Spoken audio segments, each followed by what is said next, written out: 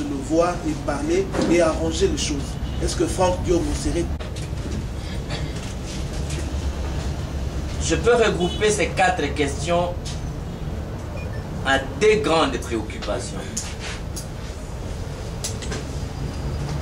Quelle est la position du MLP de Franck Diongo par rapport à sa position et le régime spécial?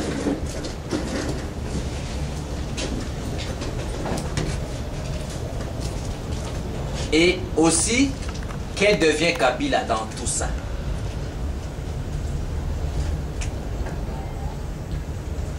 Et quelles deviennent les négociations?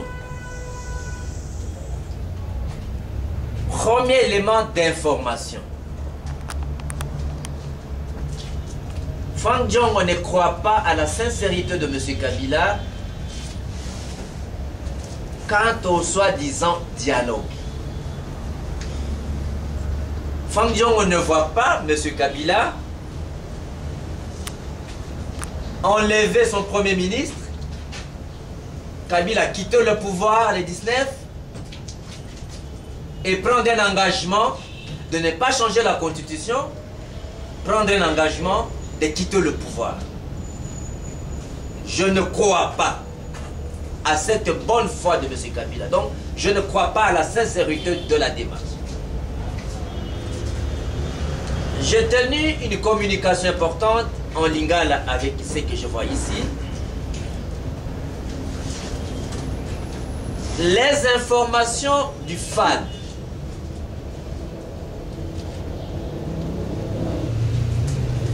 à notre possession, avant la communication de la CENI, comment on appelle, de la SEMCO. Là, je vais citer Eliezer, Deco Flori qui est là, Deco Flavien que j'ai vu, et Bobette qui n'est pas là. Nous avons enregistré l'émission à 7 h du matin. La SEMCO n'a donné sa communication que le soir. Les informations du FAD à travers la communauté internationale a été claire. M. Kabila ne veut pas d'un deuxième dialogue. M. Kabila ne veut pas d'un accord avec le rassemblement. M. Kabila n'a seulement besoin que le rassemblement adhère à l'accord du camp Tchatchi et que quelques postes ministériels soient octroyés aux gens du rassemblement. Mais le devoir de loyauté, le devoir de vérité, le devoir de transparence, la constance dans les combats nous commande d'éveiller l'attention des citoyens congolais, de les informer. Parce que protéger un peuple, c'est donner l'information à ces peuples-là.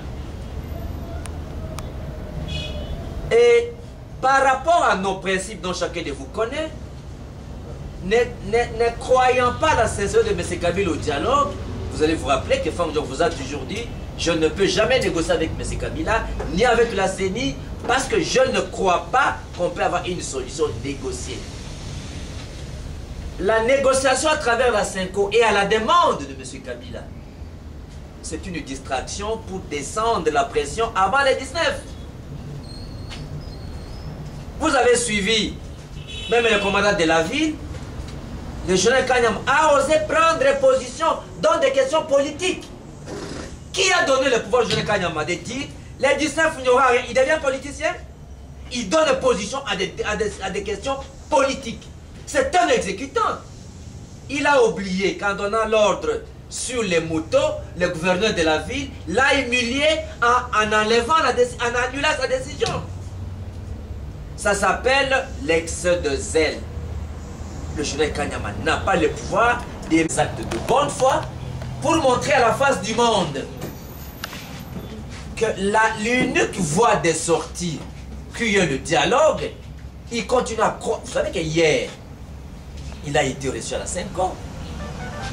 C'est un signe d'humilité parce que la SEMCO est venue plusieurs fois à son cabinet.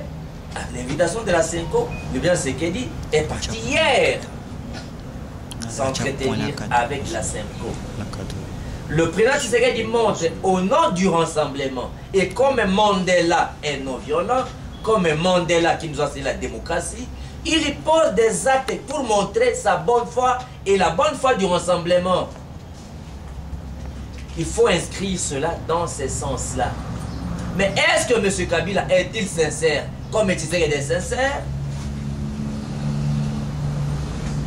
La majorité présidentielle, avec les camps de ceux qui s'étaient réunis au camp Tchatchi, signataires de l'accord de 300 personnes,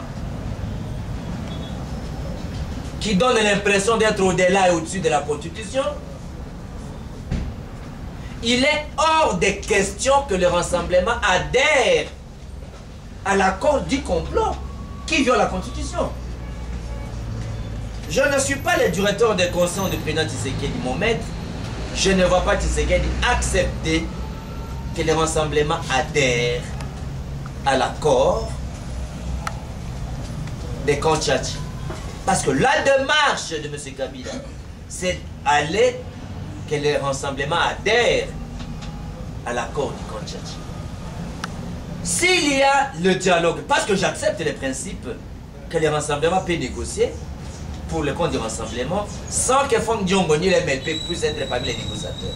J'ai donné cette position officielle à l'AR, que Franck Diongo, bien que coordonnateur adjoint, c'est-à-dire vice-président de l'alternance, c'est-à-dire numéro 2 de l'alternance, il est hors de question que le MLP que je représente, que je participe à ces négociations ou que je me fasse représenter. C'est une position connue dans notre plateforme. S'il faut négocier dans l'esprit et la lettre du MLP de Franck Diongo, un seul pas à l'ordre du jour, on négocie le départ de M. Kabila et on négocie, bien entendu, l'organisation des élections.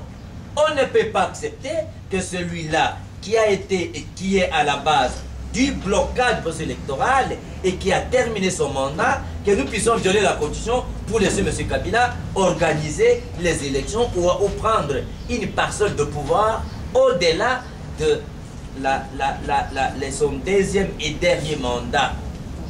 Donc, le large consensus que l'opinion internationale soutient, dont moi j'accepte, le contenu que Franck Diongo donne au large consensus, c'est-à-dire un compromis où les rassemblements acceptent de négocier le départ de Kabila le 19 décembre 2016. Moi, c'est l'attendement que j'ai du large consensus. Donc, un seul point à l'ordre du jour, négocier le départ de M. Kabila pour éviter des casses et on va donc présenter des garanties et rassurer M. Kabila. Je crois que ça, c'est bon de négocier, que M. Kabila soit rassuré, et, on garantit et sa sécurité. Et il faut négocier son départ en fait. Dans la logique du départ de M. Kabila, l'MFP n'est pas dans la logique où M. Kabila restera au pouvoir après le 19 décembre. La position est claire. Toute autre position qui pense que M. Kabila restera président ne sera pas la position du MLP, ni la position des Quinois. Les Quinois sont morts parce qu'ils ont cru à un carton jaune, à un deuxième carton jaune et à un carton rouge le 19 décembre. Je dois respecter mes combattants qui ont coulé de leur sang. Je dois respecter mes combattants. Si j'avais programmé, vous auriez vu quelques combattants derrière le dos. Le fait qu'on les ait arrêtés, ils ont déchiré leur corps avec des gilettes comme ça, avec des plaies. Et ils ont pris les fers à repasser. Et ça, c'est à la police, à l'inspecteur provincial de Kinshasa. Ils ont pris les fers à repasser. Ils ont repassé derrière leur dos. Que deviendra le calvaire de toutes ces personnes-là? Moi-même, Franck Diongo, ce n'est pas un secret. Il faut éliminer Franck Diongo avant le 16. Si on les rate de ne pas les tuer physiquement, d'ici le 16, il n'arrivera pas au 19. Ce n'est pas ça qui va me démobiliser par découragement pour défendre le respect de la Constitution. Je crois que les dettes... On a tendance à croire que vous êtes en train de... Des convictions. Je suis un homme des convictions. Première chose, le gouvernement est une superstructure dont les valeurs et les principes qui guident le fonctionnement sont les principes de démocratie. C'est-à-dire chaque parti politique reste autonome, chaque plateforme reste autonome, mais nous avons une ligne guidée par le président du Rassemblement qui est notre chef. Jusqu'à la preuve du contraire, je ne vois pas, moi, Franck Diongo, le président Tshisekedi accepter que le Rassemblement adhère à l'accord du Kanchachi. L'hypothèse que vous soulevez, mais c'est l'adhésion à l'accord du Kanchachi. Mais pourquoi vous n'envisagez pas que le large consensus s'obtient le départ de M. Kabila? Cette hypothèse, vous n'envisagez pas pourquoi? Parce que c'est cette hypothèse qui a fait tuer les gens.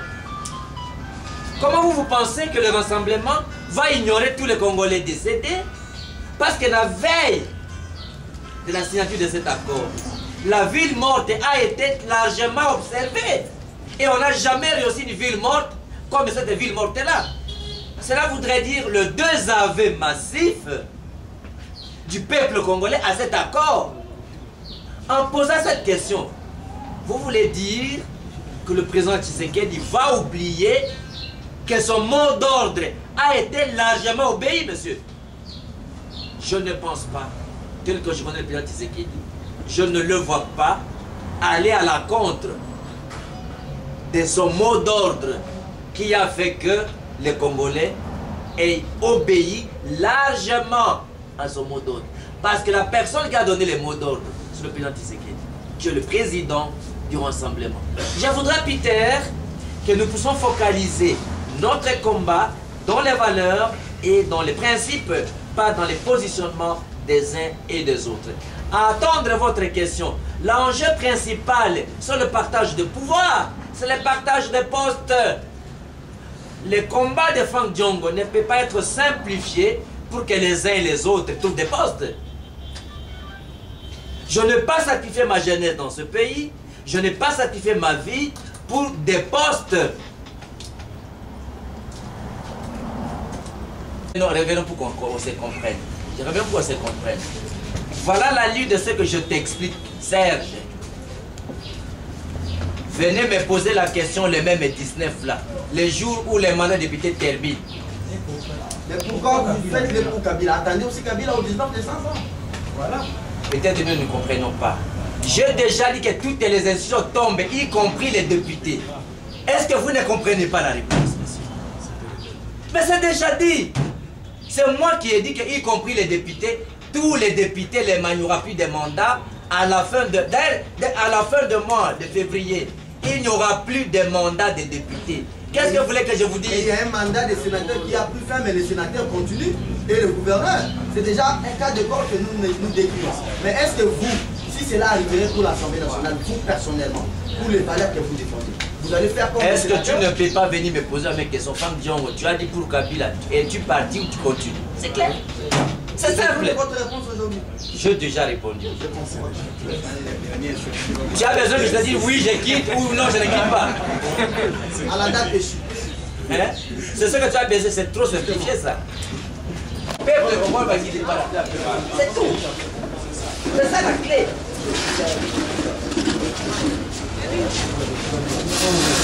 C'est non? C'est ça qui est là.